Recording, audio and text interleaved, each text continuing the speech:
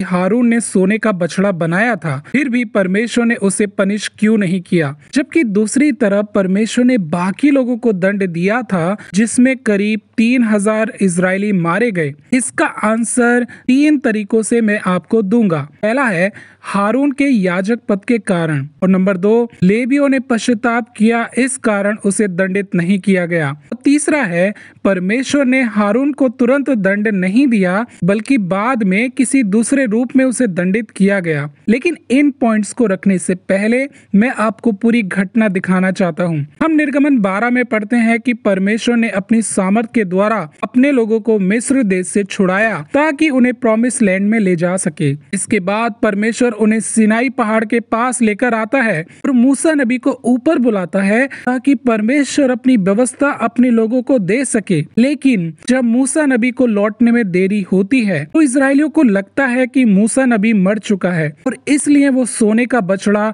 बना लेते हैं, जिसे खुद हारून ने अपने हाथों से बनाया था। और ये परमेश्वर की दृष्टि में एक बड़ा गुनाह था और जिसके लिए परमेश्वर ने उन्हें दंड भी दिया। तो हारून के पनिशमेंट से रिलेटेड मैं 3 पॉइंट्स को आपके सामने रखने वाला हूँ। तो नंबर 1 से शुरू करते हैं, यानी कि हारून के याजक पद के कारण।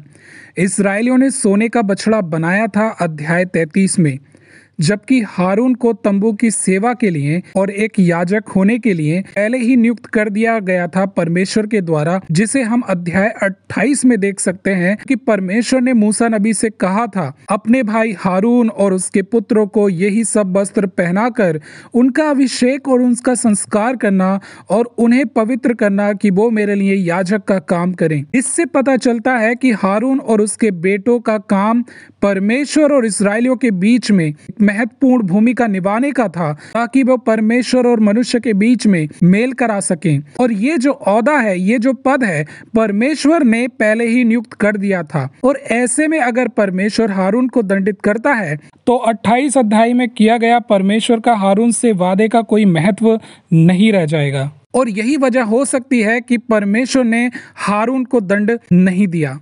अब नंबर 2 पर आते हैं, जो कि मुझे काफ़ी लॉजिकल लगा, यानी कि लेवी लोगों ने रिपेंट किया था।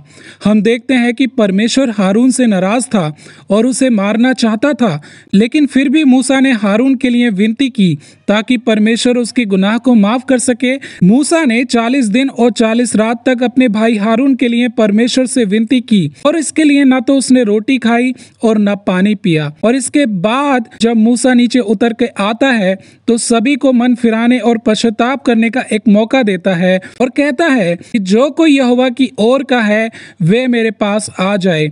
और बाइबल बताती है कि जितने भी लेवी थे, जिसमें हारून भी है, वे सब परमेश्वर की ओर हो गए। और इस तरह लेवियों ने परमेश्वर की ओर आकर पश्चाताप किया और परमेश्वर ने उन्हें माफ किया। और जिन लोगों ने पश्चाताप नहीं किया या वे जो परमेश्वर की ओर नहीं आए, वे सब के सब तलवार से मारे गए। और इसकी तुलना हम नए नियम के लोगों से कर सकते हैं, जैसे कि हारून की तुलना पतरस से। एक समय था जब पतरस ने भी यीशु का इनकार किया था, ये कहकर कि वो यीशु को नहीं जानता, लेकिन इसके बाद भी उसने सच्चे दिल से पश्चाताप किया और यीशु ने उसे माफ किया और अपनी भेड़ों का चरवाहा ठहराया। इसके अलावा सिनाई पे जिन लोगों ने रिपेंट नहीं किया, उनकी तुलना यहूदा से कर सकते हैं, जिसने यीशु को धोखा देने के बाद भी सच्चे दिल से पश्चाताप नहीं किया और मर गया। और तीसरा आंसर ये हो सकता है कि कई बार परमेश्वर पाप के लिए उसी समय दंड नहीं देता, और इसकी पॉसिबिलिटी काफी है कि परमेश्वर ने हारून को किसी और तरीके से दंड दिया हो।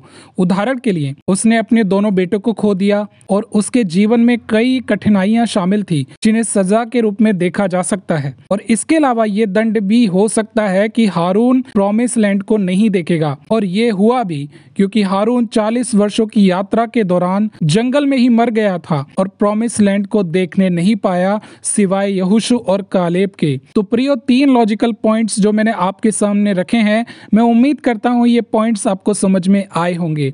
तो मिलते हैं एक बार फिर से नेक्स्ट वीडियो में। परमेश्वर आप सभी को आशीष दे। शालोम।